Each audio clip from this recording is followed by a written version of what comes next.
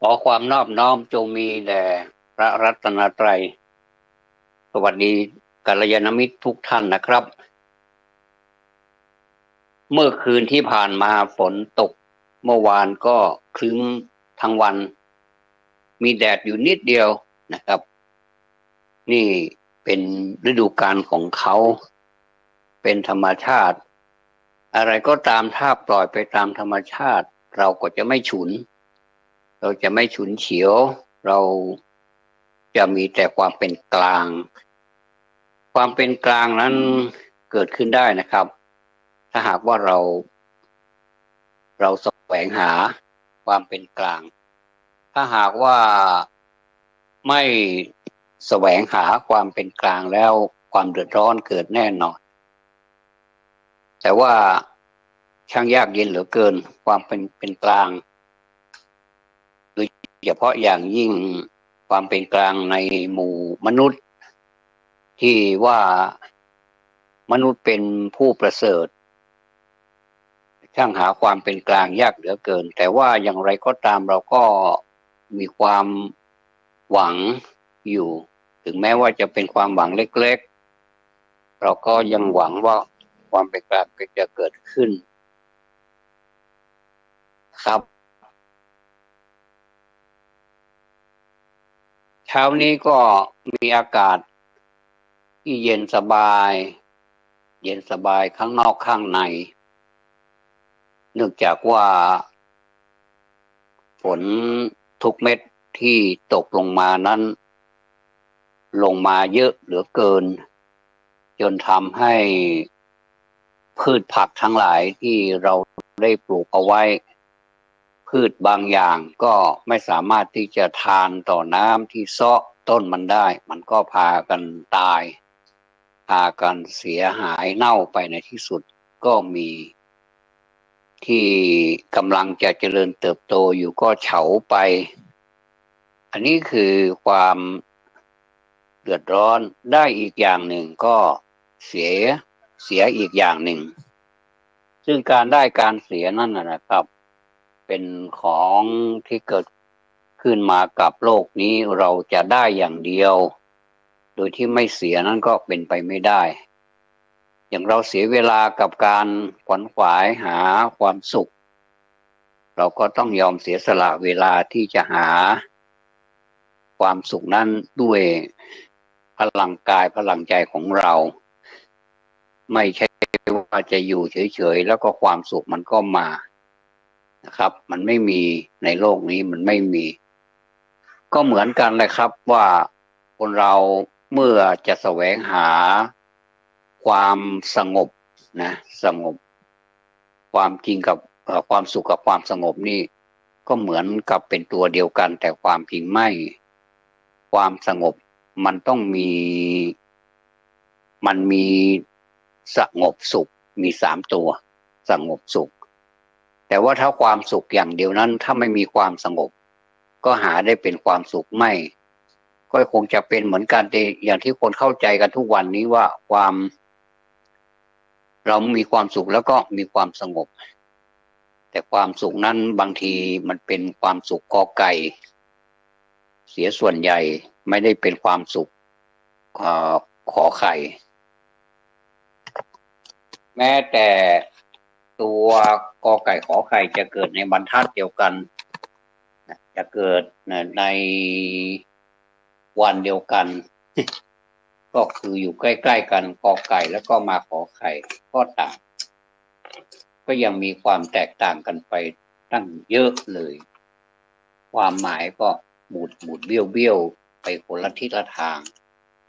โดยเฉพาะอย่างยิ่งที่เป็นกอไก่นั้นบูดมากที่สุดจะทำอย่างไรดีเนาะที่จะทำให้กอไก่ความสุขกอไก่ยังมาเป็นความสุขขอไข่ได้ก็มีผู้ที่มีความหวังดีและมีจิตใจที่บริสุทธิ์ก็ช่วยกันนำเอาธรรมะของพระพุทธเจ้ามาเผยแผ่ ถ้าเป็นคนรุ่นใหม่ก็บอกว่าเผยแผ่นี่ช่างเก่าเหลือเกินมันก็เก่าแน่นอนนะว่าเพราะว่าเผยแผ่นี่เป็นคำที่เกิดใช้ในทางศาสนาในวงการคณะสงฆ์จะใช้คำว่าเผยแผ่แต่ว่าของทางโลกนี่เขาเรียกว่าเผยแพร่เผยแพร่นะยังไม่แพร่นะครับยังเป็นแพร่อีกเผยแพร่สระแอพอพานรอเรือไม่เอกก็จะเป็นแพร่แล้วก็จะใช้คำกันคำเดียวกันระหว่างคำว่าแพร่หลายหรือว่าอะไรจังหวัดก็ใช้ตัวนี้นะครับแต่คำว่าเผยแผ่นี่เป็นคำเฉพาะเป็นคำที่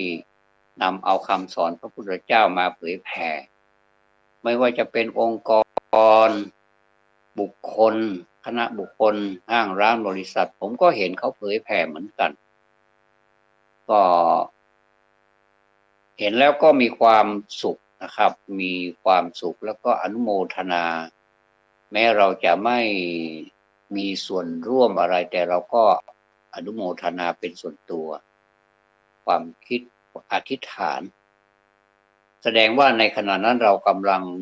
สร้างอธิษฐานบารมี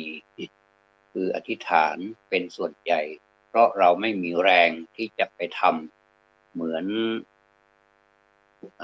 บริษัทห้างร้านหรือ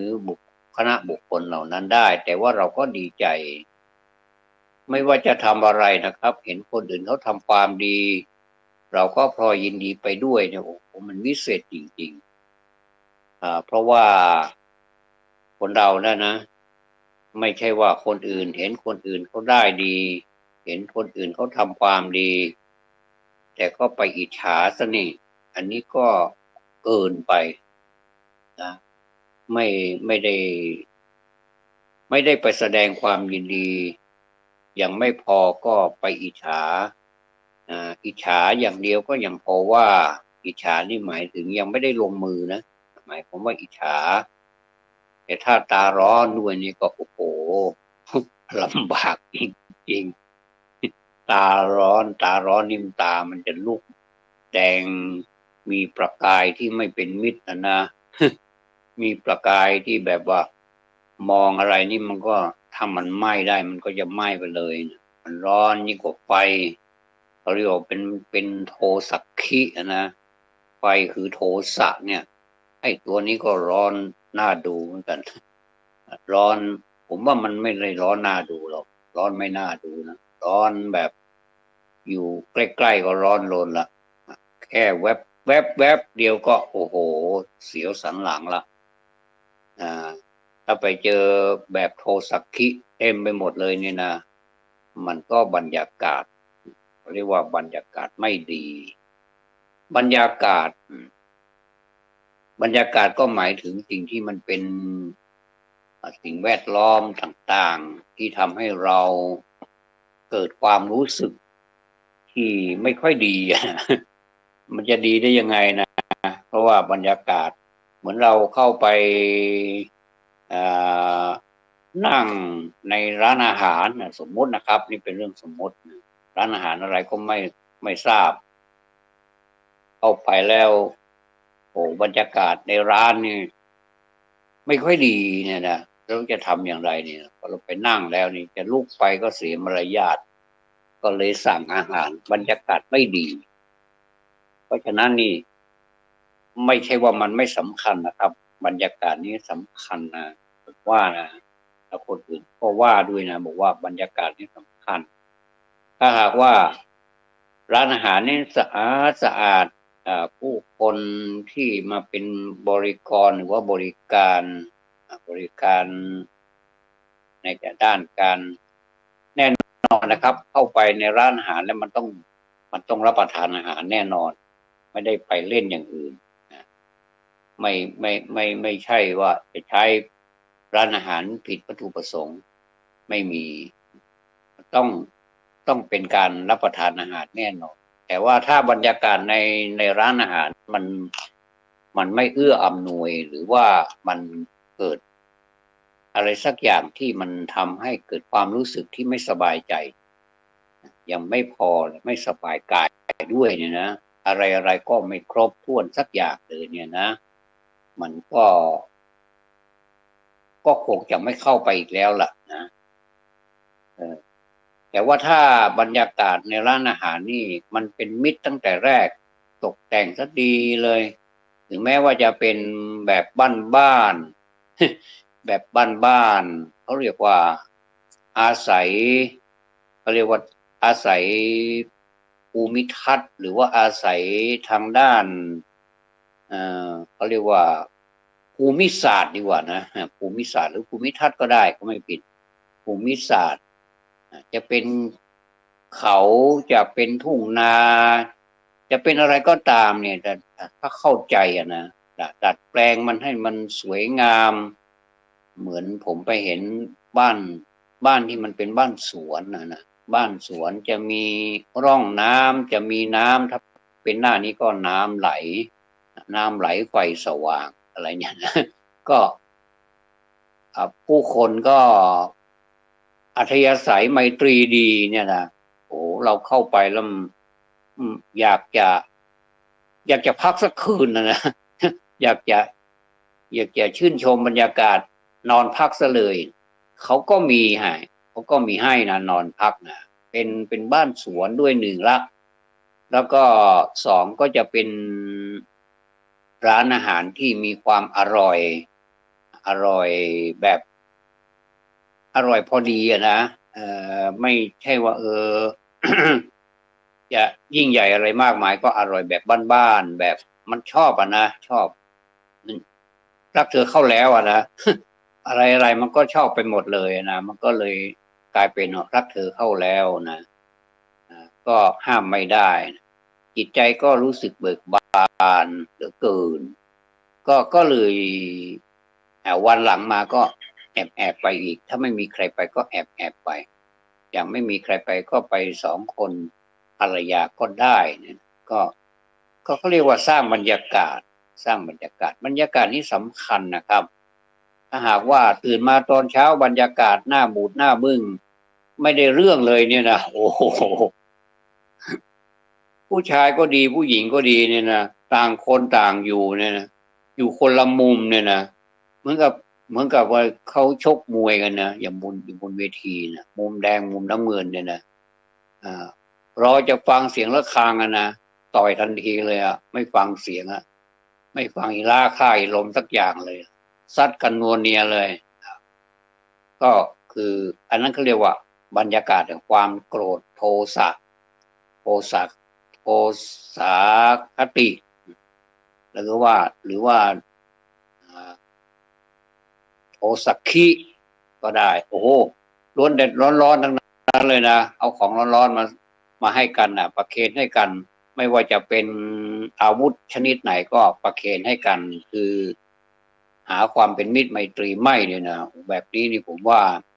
โลกทั้งโลกเลยมันเป็นไฟเป็นฟืนหมดเลยมีแต่ความร้อนนะอันนี้บรรยากาศแค่เราคิดเราก็มีความสุขแล้วแค่คิดก็มีความสุขแต่ว่าถ้าบรรยากาศที่ไม่ดีนั้นแค่คิดมันก็ผิดแล้ว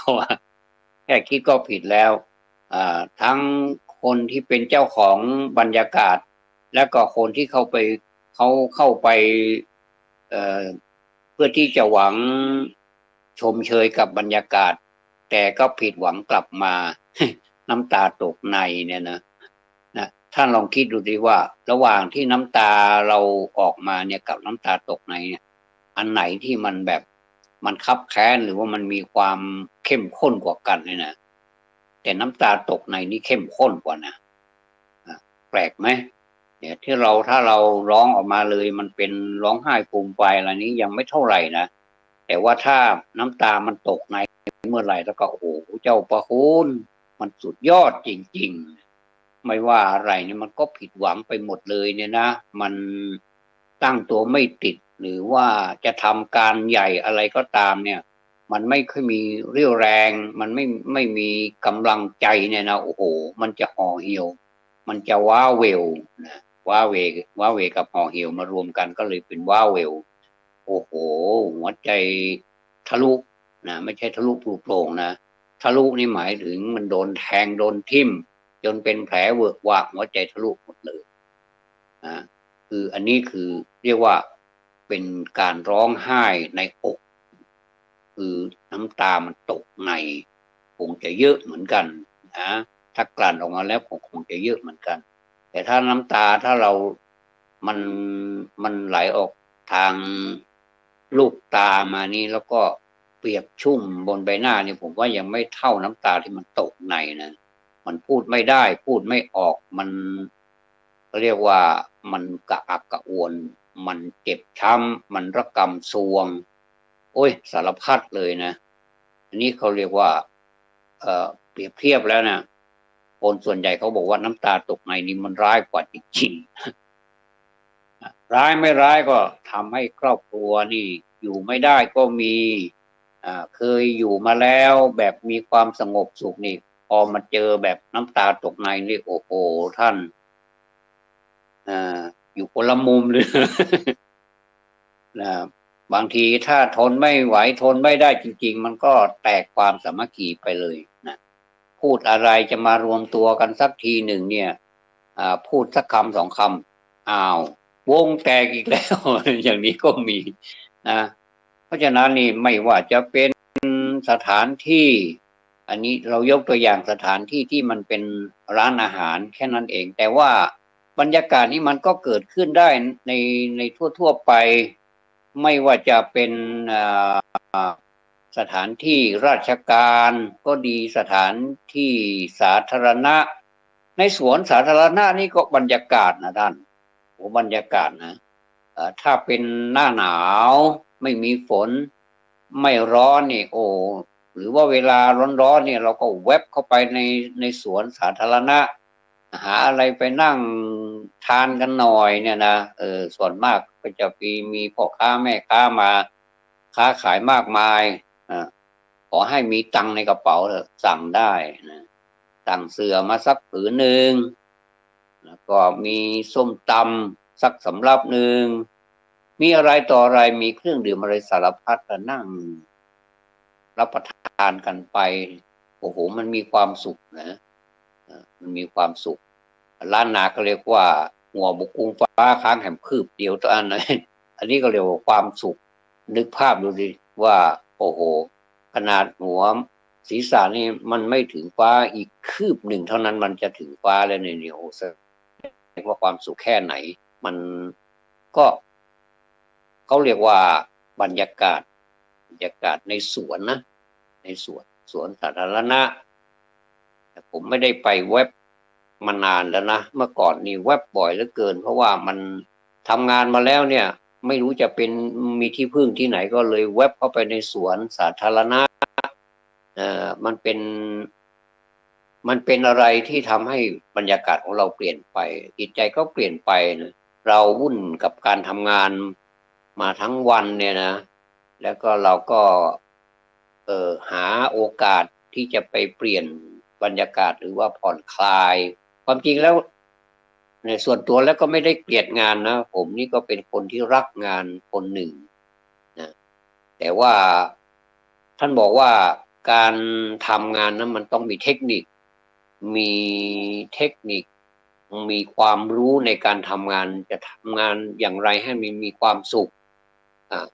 นอกจากประสบความสำเร็จเนี่ยเป็นความสุขอย่างหนึ่งนะแต่ว่าในการที่ในขณะที่เราทำงานนั่นสินะอันนั้นมันจะมีความสุขไหมนะมันอย่าไปยึดเอาระเบียบที่มันเคร่งครัดจนเกินไปจนแบบตึงเกินไปเนี่ยนะภาษาพระเรียกว่าอัตตกิลมัฏฐานุโยคเนี่ยนะเปรียบไปก็เหมือนแต่ว่าไม่ใช่ว่าโอ้ย่อนจนเกินไปจนแบบไม่ไหวละมันหย่อนมันไม่มีระเบียบไม่มีวินัยใครจะทำอะไรก็ตามใจเนี่ยอย่างนี้ก็ไม่ต้องมีบริษัทก็เลยดีกว่าบริษัทใครบริษัทมันตั้งชื่อเป็นบริษัทกันเต็มบ้านเต็มเมืองไปเลยดีกว่าให้มันรู้แล้วรู้รอดไปเลยแต่ว่านี่มันเป็นรูปของบริษัทนี่มันต้องแบบอาศัยกัลยาณมิตรอาศัยความจริงใจอาศัยแรงงาน ที่มาทำงานจริงๆเนี่ยนะไม่ใช่ว่าพอเผลอแล้วก็พูดออกมาว่ากูรักมึงเนี่ยนะอย่างเพื่อนเขาพูดกันนะขออภัยกูรักมึงเหลือเกินเนี่ยนะอยากจะหอมแก้มเนี่ยนะก็คือเขาทำให้เป็นตัวอย่างเนี่ยแสดงว่ามันมีอะไรที่มันเป็นสะท้อนออกมาทางสังคมนะว่าโอ้โหปากปราศัยน้ำใจเชือดคออย่างเนี้ยนะถ้าบรรยากาศแบบนี้เกิดขึ้นในบริษัทนี้เราก็พนักงานก็รับไม่ค่อยได้นะแต่ว่าที่อยู่กันไปก็เพราะว่ามันเป็นอะไรมันเป็นความจำเป็นนะมันเป็นความจำเป็นหรือว่าเป็นอ่าเรียกว่ามันจำใจจำเป็นจะต้องอยู่ผมก็ไปได้ยินคนที่เป็นมนุษย์เงินเดือนทั้งหลายเนี่ยเขาพูดนะมันจำเป็นต้องอยู่นะถ้าไม่งั้นเราจะเอาอะไรมากินเนี่ยนะเขาจะพูดแบบนี้นะก็แสดงว่าโอ้มันต้องน่าเห็นใจนะมันไม่มีที่ไปจริงๆนะถ้ามันมีที่ไปมันไปนานแล้วนะนี่ก็ต้องเห็นใจกันนะอันนี้ในขณะเดียวกันน่ะพนักงานลูกจ้างนะที่มีหุ้นส่วนในการที่อยู่ในบริษัทนั้นนะต้องเห็นใจเขาด้วยนะต้องเห็นใจเท่าแก่ด้วยนะไม่ใช่ว่าโหเห็นบริษัทเขาใหญ่แล้วก็ อืมอะไรก็ไม่ได้ช่วยประหยัดสักอย่างนะเปิดไฟฟ้าก็ทิ้งไว้เนี่ยเปิดแอร์ก็ทิ้งไว้เนี่ยสมมุตินะบางทีก็ทิ้งไว้ทั้งคืนเลยนะโอ้ทำไมวันนี้มันหนาวจริงๆนะเข้าไปเปิดห้องโอ้ปรากฏว่าเปิดแอร์ค้างไว้ทั้งคืนเลยยังไม่พอเปิดไฟฟ้าไว้สว่างจ้าในบริษัทในออฟฟิศเนี่ยทั้งคืนเลยเนี่ยนะแล้วมันจะไหวเลยเนี่ยนะถ้าเป็นเจ้าของบริษัทโอ้โหจะบ้าตายเลยถ้าอย่างนี้นี่โอ้โหว่าเจ๊งแน่เลยแบบเนี้ยนะก็เพราะฉะนั้นเนี่ยมันต้องเห็นใจซึ่งกันและกันต้องเห็นใจซึ่งกันและกันแล้วทำอะไรเนี่ยทำกันจริงๆอะนะถ้าทำแบบหลอกเล่นแบบเป็นมือสมัครเล่นเนี่ยว่าเหมือนกับการทำอะไรเหมือนกีฬาชนิดหนึ่งเนี่ยนะเขาเรียกว่ากีฬาสมัครเล่นนะโดยเฉพาะอย่างยิ่งนี่เรามักจะเห็นกันเป็นสมัครเล่นนี่ก็จะเป็นประเภทมวยถ้าเป็นกีฬาสมัครเล่นนี่ไม่ว่าจะเป็นเอเชียนเกมหรือว่าโอลิมปิกเนี่ยเป็นนักชกสมัครเล่นนักชกเฉพาะการเนี่ยนะพอต่อยแล้วเกิดปรากฏออกมาว่าแพ้มันก็แค่นั้นมันก็ไม่มีอะไรแต่ว่ามันก็น่าเสียดายที่ว่ามีโอกาสไปโชคแล้วนะแต่ถ้าเกิดชนะขึ้นมาล่ะโอ้โหกลายเป็นฮีโร่ไปในทันทีทันใดเลยนะคือวันนี้ไม่เป็นฮีโร่นะกำลังจะเตรียมตัวแต่งเนื้อแต่งตัวเป็นฮีโร่วันพรุ่งนี้แต่งเนื้อแต่งตัวเป็นฮีโร่ทันทีเลยไปทางไหนก็โอ้โหรู้สึกพี่น้องประชาชนนี่พากันชื่นชมจากการที่ไม่รู้จักชื่อเลยนะอยู่ใต้สุดเนี่ยหรือว่าดูเหนือสุดเนี่ยพอไปชนะเป็นโอลิมปิกแล้วเนี่ยเป็นฮีโร่ไปเลยนะไม่ว่าจะเป็นเอเชียนเกมก็ช่างก็ตามเถอะนะก็ฮีโร่เหมือนกันก็เนี่ยเขาเรียกว่าอะไรมันก็เกิดขึ้นแต่คนเราก็ต้องการชนะทั้งนั้นแหละนะครับท่านเพราะว่าความชนะเนี่ยมันเป็นความปรารถนาของคนทุกคนแต่ว่ามันเป็นความปรารถนานะความปรารถนานี่แน่นอนครับมันไม่ผิดหรอกใครๆก็มีจิตปรารถนาที่จะชนะกันทั้งนั้นแต่ว่าความชนะเนี่ยนะ มันจะต้องแลกมาด้วยจิตใจที่แข็งแกร่งนะเราไปดูนักกีฬานะโอ้กล้ามจะเป็นมัดแล้วก็การฝึกซ้อมจะต้องเป๊ะต้องต้องเป๊ะมากๆเลยคือขออภัยนะครับหน้าแข้งนี่แบบแข็งอย่างกับไม้เลยเนี่ยนะเราไปบวกหน้าแข้งกับนักชกที่เขาต่อยมวยเนี่ยนะโอ้โหผมนี่คงจะไม่ไหวนะถ้าไปบวกกับเขาเนี่ยนะเขาบอกว่าหน้าแข้งเขานี่ยังกับไม้เลยนะอันนี้น่าจะจริงนะโอ้เห็นเขาเตะเห็นเขาใช้อาวุธออกอาวุธนี่เหมือนกับไม่ใช่แข้งไม่ใช่ขานะ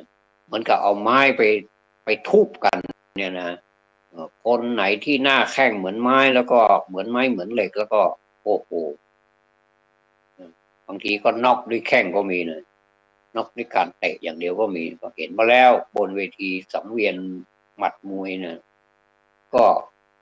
ไม่ได้ใช้อย่างอื่นเลยใช้หน้าแข้งอย่างเดียวเนี่ยนะหน้าแข้งเตะไปเตะมาก็กลายเป็นแบบเดินไม่ไหวเลยก็เลยน็อกไปเลย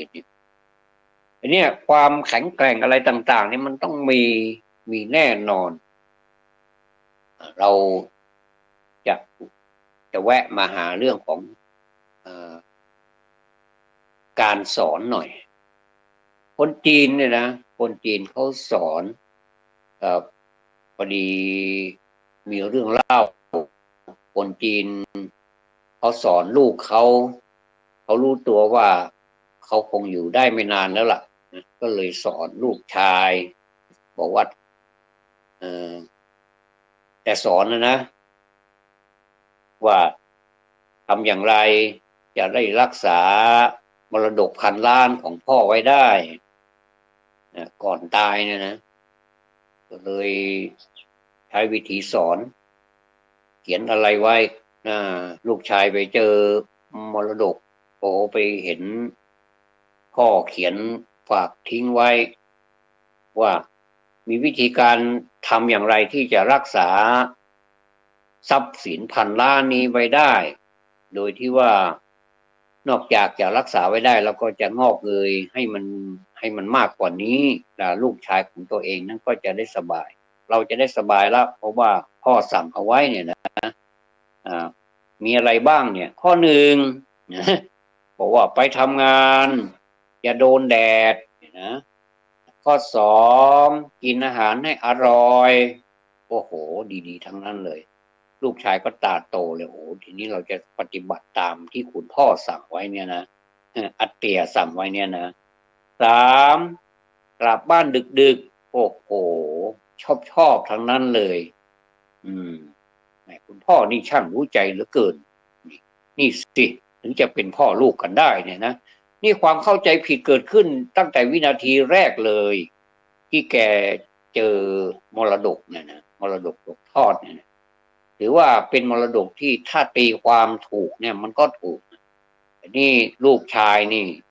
เขาไม่ได้คิดอะไรนะเป็นแบบว่าโอ้โหถูกเลี้ยงดูมาโดยดีตลอดเนี่ยนะไม่ได้คิดอะไรก็เลยเหมาเอาเลยนะเหมาเอาเลยว่าโอ้ทำงานจะโดนแดดโอ้โหหวานละเนี่ยทำงานไม่โดนแดดเราก็จะผิวพรรณก็จะโอ้โหสดใส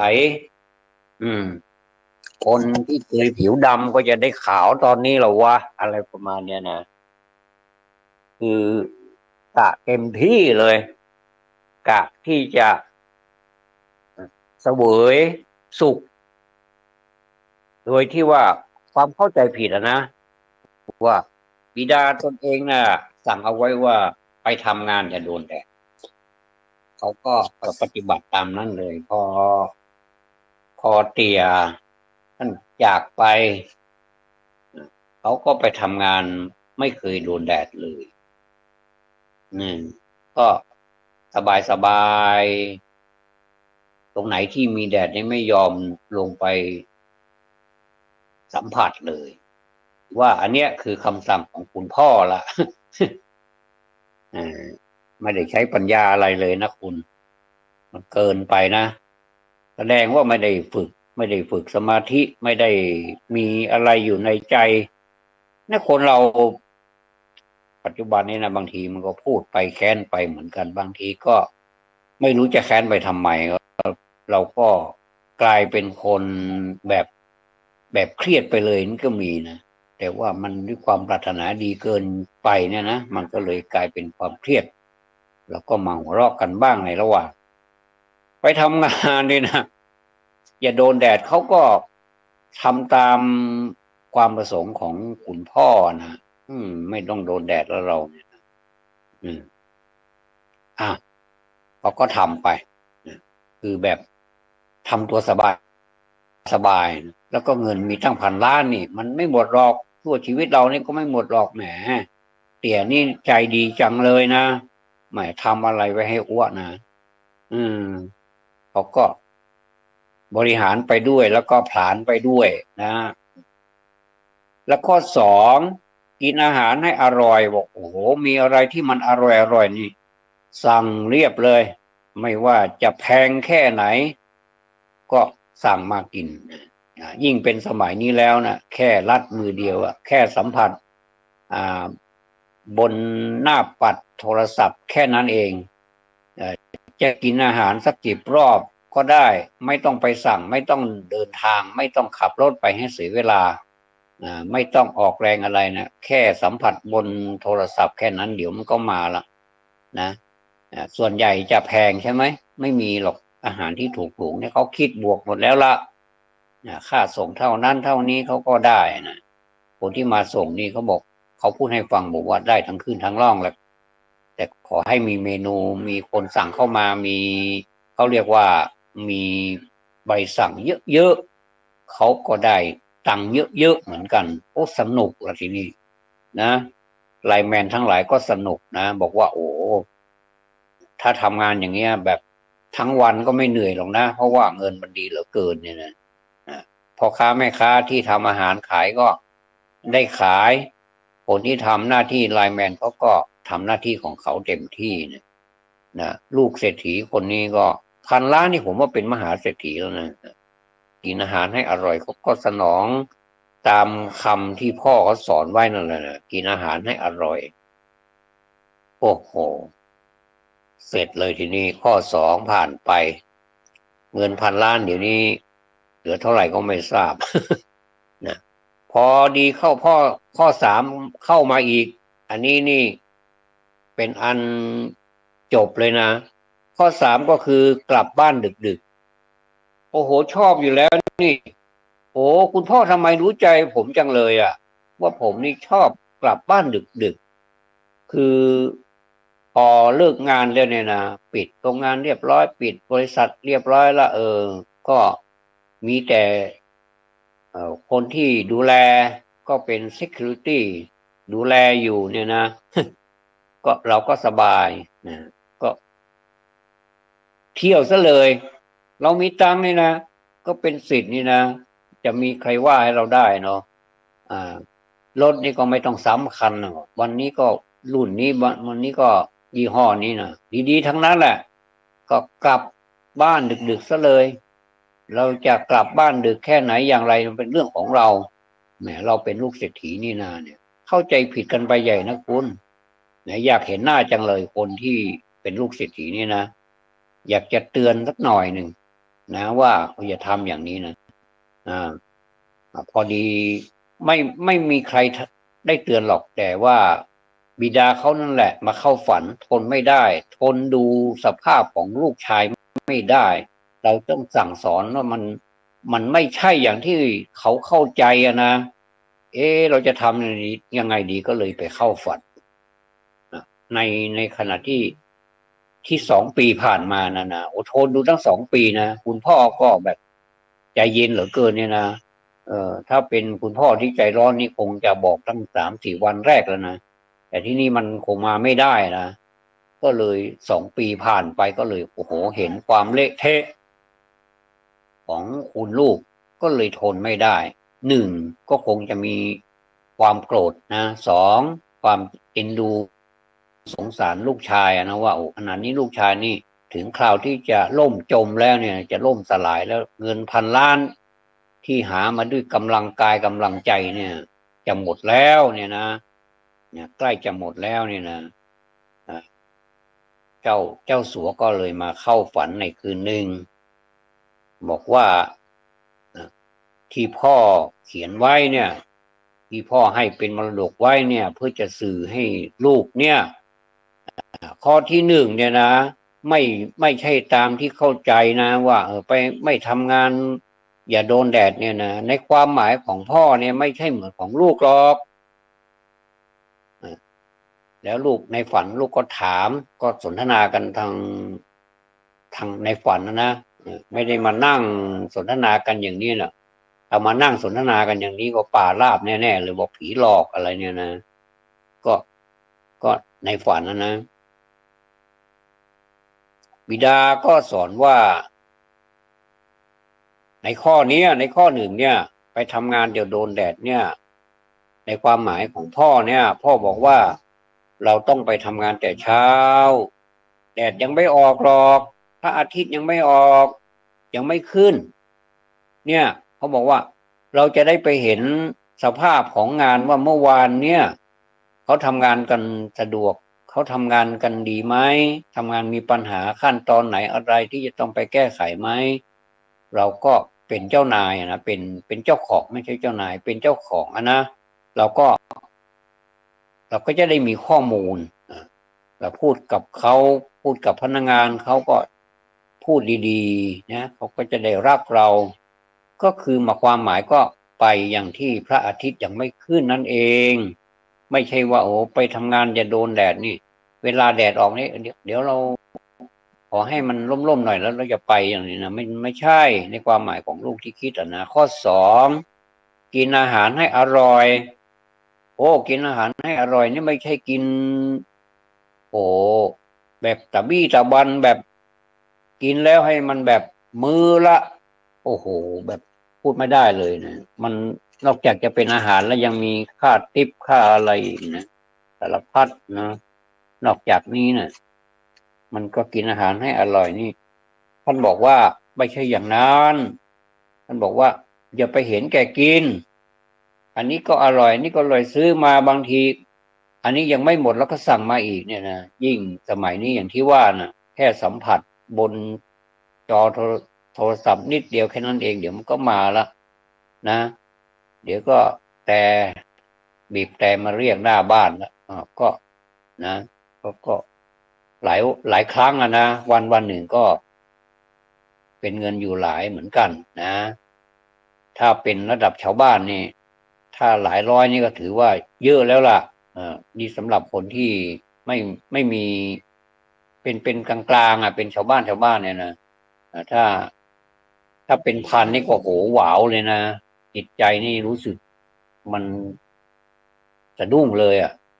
แต่ถ้าเป็นคนรวยๆหน่อยนี่หลักพันนี่ก็เหมือนกับธรรมดานะลูกเศรษฐีนี่คงจะสะใจไปเลยนะวันนี้ถ้าไม่เสีย5,000นี่จะไม่ยอมเลิกเนี่ยก็จะกินอาหารที่มันเป็นแบบว่าบางทีก็จะเป็นหมื่นหรืออย่างไรไม่ทราบนะถึงได้2 ปีก็จะทำท่าเจ๊งเสร็จแล้วเนี่ยนะเนี่ยคุณพ่อก็สอนว่าอย่างนี้นะกินอาหารให้อร่อยอย่าไปเห็นแก่กินให้พออิ่มนะกินอาหารก็กินแบบพระสิพระท่านฉันอาหารนะเห็นไหมท่านก็หยิบใส่บาตรแล้วก็มาคนกันแล้วก็ฉันเนี่ยนะอันนี้ก็แสดงว่ากินแบบเด็ดเดียวกินแบบให้มันอิ่มเพราะไหนๆมันก็ลงในกระเพาะเดียวกันแล้วก็ท่านก็ฉันของท่านได้แต่ก็ไม่ถึงขนาดนั้นหรอกลูกก็จะกินแบบชาวบ้านนะไม่มีอะไรหรอกไม่ถึงขนาดนั้นหรอกนะลูกก็ไม่ได้บวชสักหน่อยนะแต่ว่าเปรียบเทียบดูนะว่าท่านฉันแล้วท่านพออิ่มแล้วก็ท่านปฏิบัติธรรมเนี่ยมันก็จะเกิดผลสำฤทธิ์เกิดความเจริญทางด้านจิตใจก็จะนุ่มจิตใจจะกระปราณีตขึ้นเนี่ยนะไม่ใช่ว่าโอ้ยิ่งอยู่ไปเป็นนักบวชแล้วก็ยิ่งอยู่ไปก็จิตใจไม่นิ่มจิตใจแข็งกระด้างนี่มันก็ไม่รู้จะบวชไปทำไมเนี่ยนะนี่เป็นพระนะเห็นหลวงพ่อมาพูดให้ฟังว่าเราก็สัมภาษณ์นะไม่เชิงสัมภาษณ์หรอกแต่เราก็กราบนมัสการถามนะว่าหลวงพ่อหลวงพี่อยู่ทุกวันนี้จุดมุ่งหมายอยู่ที่ไหนเนี่ยโอ้โยมถามแบบนี้ก็ดีแล้วล่ะอาตมาก็อยากตอบเหลือเกินทีนี้อยากจะไปพูดให้โยมฟังก็หาว่าเรานี่ไปอวดอีกไปอวดอุตริอีกอุตริมนุสธรรมอีกแล้วก็มีคนมาถามนี่เหมือนกับคนมาอาราธนาธรรมเรานะขอให้เทศธรรมเถอะเนี่ยนะก็เทศนาธรรมให้ฟังแล้วยาวยืดเลยแล้วก็สาธุยินดีนะพอดีวันนั้นเป็นวันหยุดไปพูดกับท่านก็รู้สึกอุ้มเหลือเกินเนี่ยทางหลวงพ่อก็พากันสนทนาพร้อมทั้งโยมด้วยเพื่อนเราอีกต่างหาก ก็ปล่อยได้อนุโมทนาไปด้วยเนี่ยท่านพูดไว้แบบนี้จริงๆนะครับว่าถ้าอาตมาหลวงพี่หลวงพ่อเนี่ยนะถ้าถ้าบวชแล้วเนี่ยอยู่แบบเฉยๆเอาเปรียบชาวบ้านเนี่ยอาตมาไม่อยู่หรอกอาตมาละอายโอ้ทำไมหลวงพี่บวชเข้าไปแล้วก็ส่วนมากก็จะอยู่แบบพระไม่ใช่หรือแบบไม่ใช่อย่างนั้นหรอกโยมมันก็มีเหมือนกันนะที่บวชมาแล้วมันก็เป็นแอบเข้ามาบวชหรือว่าโอ้แบบว่าทีแรกก็บวชมันก็แปลกนะอันนี้เราไม่ได้นินทาพระนะแต่ว่าเราไปสนทนานี้ท่านพูดแบบนี้จริงๆก็เลยมาพูดให้พวกเราฟังกันมันเป็นอะไรที่ทีแรกว่าตั้งใจจะบวชสัก3 เดือนพรรษาหนึ่งนี่แหละนะเพื่อว่าเราก็ได้สิทธิ์นะ3 เดือนบางคนก็10 วันเนี่ยนะบางคนก็เดือนหนึ่งเนี่ยแต่นี้เราได้สิทธิพิเศษเนื่องจากว่าเราไม่เคยลาบวชแล้วก็เลย3 เดือนเขาก็ปล่อยให้3 เดือนแล้วก็ปล่อยให้มาแล้วก็ถือว่า3 เดือนนี้เป็นนาทีทองนะเราก็ทำงานก็หลวงพี่หลวงพ่อก็ทำงานมีหน้ามีตามีเงินเดือนสูงเป็นผู้บริหารด้วยซ้ำเนี่ยนะไหนได้พอออกพรรษามานี้ไม่อยากสึกอีกโยมเอาทำไมหลวงพี่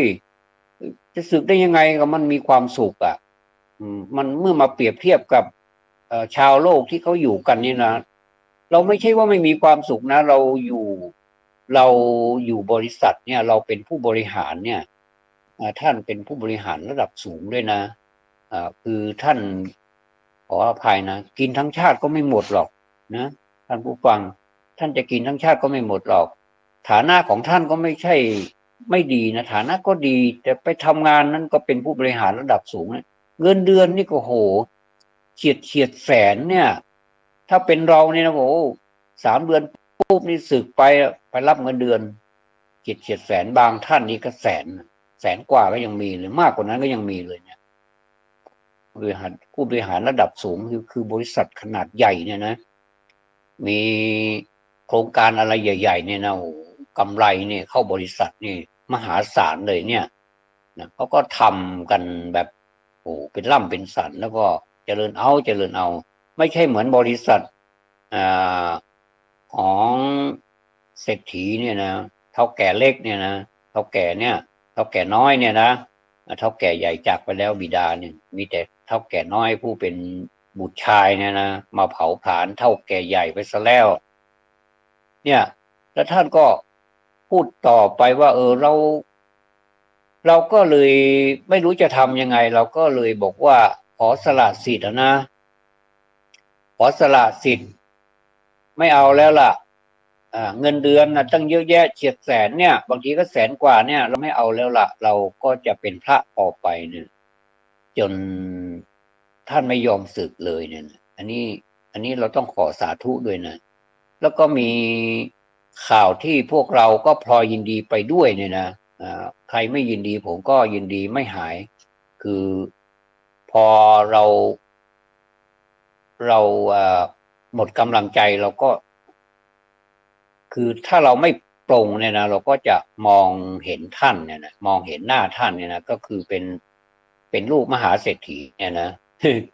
เป็นลูกมหาเศรษฐีแล้วก็มหาเศรษฐีนี่ก็มอบมรดกไว้ก่อนที่พ่อจะจากไปเนี่ยนะอีกหน่อยถ้าพ่อจากไปนี่การมอบมรดกนี่มันก็จะยุ่งยากก็เลยมอบมรดกให้ลูกพอดีลูกชายนี่ไปบวชไงไปบวชได้รับคำตอบจากลูกชายว่าอย่างไรนะทุกท่านหลายท่านก็ได้ทราบแล้วจากข่าวทางทีวีทางสื่อเนี่ยออกหลายช่องเลยล่ะนะนำเสนอหลายช่องเลยบอกว่าไม่ยอมรับมันจะมีเป็นหมื่นเป็นแสนล้านก็ไม่ยอมรับอันนี้แสดงว่า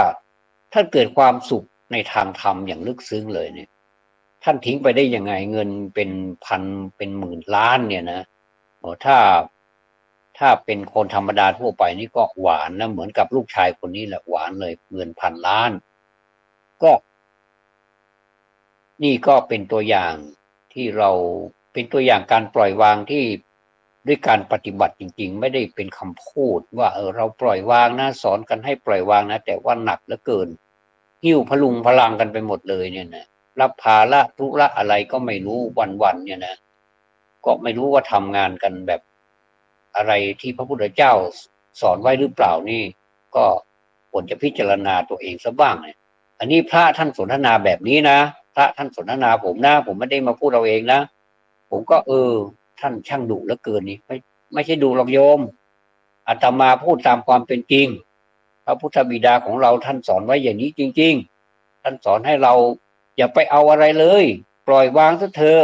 ที่เราเข้ามานี่ก็เพราะว่าเราปล่อยวางนั่นแหละอันนี้พูดในแง่ของศาสนาแต่นี่คุณพ่อในฝันกำลังจะสอนลูกในฝันอยู่บอกว่ากินอาหารให้อร่อยนี่อย่าไปเห็นแก่กินเนี่ยแล้วก็ข้อที่สามดิกลับบ้านดึกๆเนี่ยนะลูกชายก็เข้าใจผิดละคือเข้าใจตามความเข้าใจของตัวเองเพราะว่าใช้กิเลสเป็นเครื่องวัดนี่บอกความต้องการของตัวเองจะเป็นอย่างนี้ไม่ได้ใช้ปัญญาเลยเนี่ยความจริงมันเป็นปริศนามันก็เป็นความผิดของคุณพ่ออีกนะทำไมไม่บอกไปตรงๆล่ะว่าให้ทำงานบอกว่าพระอาทิตย์ยังไม่ขึ้นนี่ลูกก็รีบไปทำงานเลยแบบนี้ตรงๆเลยบางทีพูดกับคนโง่มันก็ต้องพูดตรงๆเลยเนี่ยนะทำไมอย่างนั้นมันก็ไม่รู้สึกตัวอันนี้ไปพูดเป็นปริศนาทั้งๆนี่ลูกชายของตัวเองนี่ไม่ได้มีเรื่องของปัญญาอะไรเลยไม่ได้คิดเขาเรียกว่าถ้าเป็นศัพท์ภาษาบาลีให้สูงหน่อยก็เรียกว่าโยนิโสมนสิการเนี่ยนะไม่มีเลยเขาก็เลยใช้ความคิดของตนเองนี้ตัดสินว่าการกินอาหารให้อร่อยก็ดีแล้วคือกินอาหารให้มันอร่อยให้มันแพงเข้าไว้เนี่ยนะตังกูก็มีเนี่ยนะว่าอย่าคิดในใจแบบนี้ละมั้งแล้วกลับบ้านดึกๆนี่ก็หวานเลยหวานคอแรงเลยเพราะว่าเป็นคนที่อัธยาศัยชอบเที่ยวเตร่กลางคืนอยู่แล้วเนี่ยนะอันนี้ก็เป็นหลักการของพระศาสนานี่คงจะไม่เคยดูเลยอ่ะคงจะไม่เคยดูว่าการเที่ยวกลางคืนนี่มันเป็นอะไรความเสียหายอะไรบ้างมันเกิดอะไรเกิดขึ้นกับเราบ้างเนี่ยนะครับเลยกลับบ้านดึกๆมันก็เลยทุกคืนเลยนะบางทีก็เมาแอกลับมาเลยก็ประคับประคองรถมาได้ดึกๆแล้วนี่นะก็ถือว่าเอาชีวิตรอดทุกครั้งก็ถือว่าเป็นความโชคดีไปกลับบ้านดึกๆคุณพ่อก็บอกว่ากลับบ้านดึกๆนี่นะไม่ใช่เหมือนที่ลูกเข้าใจหรอกว่าลูกเข้าใจอย่างไรเขาก็สารภาพว่าลูกก็บอกว่าเราหลังจากที่เราปิดเรียบร้อยแล้วล่ะทำงานวันนี้ประจำวันเรียบร้อยแล้วล่ะก็จะไปเที่ยวซะมั่งเปิดหูเปิดตาไปผ่อนคลายโหอะไรจะผ่อนคลายขนาดนั้นตั้งแต่5 โมงเย็นแล้วก็กลับสักตี 1อย่างเงี้ยมันไม่ใช่ผ่อนคลายแล้วนะครับมันเป็นการไปเที่ยวมันเป็นการไปผลานไม่ใช่อย่างนั้นนะลูกที่พ่อบอกว่ากลับบ้านดึกๆเนี่ยหมายความว่าเวลาที่หมดเวลาการทำงานแล้วเนี่ยรอพนักงานกลับหมดแล้วค่อยปิดค่อยปิดร้านนะด้านในกรณีที่เป็นร้านค่อยปิดบริษัทค่อยปิดโรงงานแล้วก็ตรวจตรงไหนที่เขาเปิดไฟค้างไว้หรือว่าเปิดแอร์ทิ้งไว้ก็ดีน้ำในห้องน้ำเขาเปิดทิ้งไว้จนน้ำจะท่วมห้องน้ำอยู่แล้วนี่ก็ดีอะไรก็ตามที่มันเป็นสิ่งสิ้นเปลืองโดยใช่เหตุโดยที่ว่าความพลาดพลั้งบางทีก็หลงไหลลืมไปบ้างอันนี้เป็นความลืมเราก็จะได้เป็นข้อมูลแล้วก็จะได้แบบมีการประชุมอะไรเนี่ยเป็นประจำใช่ไหมบริษัทนี้ก็ย่อมจะมีการประชุมกันเป็นประจำเนี่ยก็จะได้แจ้งในที่ประชุมว่าอะไรที่เราจะควรจะแก้ไขข้อบกพร่องอะไรเนี่ยเขาก็จะได้ช่วยเหลือเราเพราะว่าเรานี้ก็น่ารักอยู่นี่นะเราก็ไม่ได้พูดอะไรกับใครแรงๆหรือว่าไปให้เขาเจ็บช้ำน้ำใจอะไรหรอกเราก็ยังเป็นที่รักของคนอยู่เนี่ยของเพื่อนร่วมงานเราเนี่ยคงไม่ได้ว่าเราหรอกเราก็ทำหน้าที่ของเราเป็นผู้บริหารนี่นะโอ้โหลูกชายร้องไห้ในฝันเลยบอกว่าโอ้ทำไมผมถึงได้โง่แบบนี้นะคุณพ่อทำไมผมไปผลาญทรัพย์ของคุณพ่อเป็นพันล้านเนี่ยนะโอ้ผมนี่ส่วนตัวแล้วถ้าเงินสักล้านนี่ผมก็โอ้ สุดยอดแล้วล่ะเนี่ยอันนี้เงินเป็นพันล้านเนี่ยคุณแบบฐานดีนะยังไม่ทันได้ขายโรงงานนะยังไม่ทันได้โอ้โหแหมพูดแล้วมันน่าเสียดายจริงๆนะอันนี้เป็นเรื่องที่เล่ากันมาในสังคมจริงๆก็คงจะเป็นแบบนี้เหมือนกันแต่ก็ไม่ได้เป็นอย่างนี้ที่ว่าเป็นการเข้าฝันหรือว่า2 ปีต่อมาไปเข้าฝันเนี่ยจริงอะไรเนี่ยมันไม่ใช่นี่นะและก็ไม่บอกเลยนะว่าลูกชายคนนี้เขาจะไปกู้วิกฤตให้เป็นโอกาสหรือเปล่าเขาสามารถที่จะไปกู้ได้ไหมก็เลยจบไปเลยและพร้อมๆกับเวลาของการนำเสนอในวันนี้ด้วยขอฝากไว้ให้ท่านผู้มีวิจารณญาณทั้งหลายนะครับได้คิดได้ช่วยกันช่วยประเทศของเรานะในยามที่เป็นวิกฤตเนี่ยให้เป็นโอกาสให้ได้นะครับขอบพระคุณในการติดตามรับฟังธรรมะสวัสดีครับ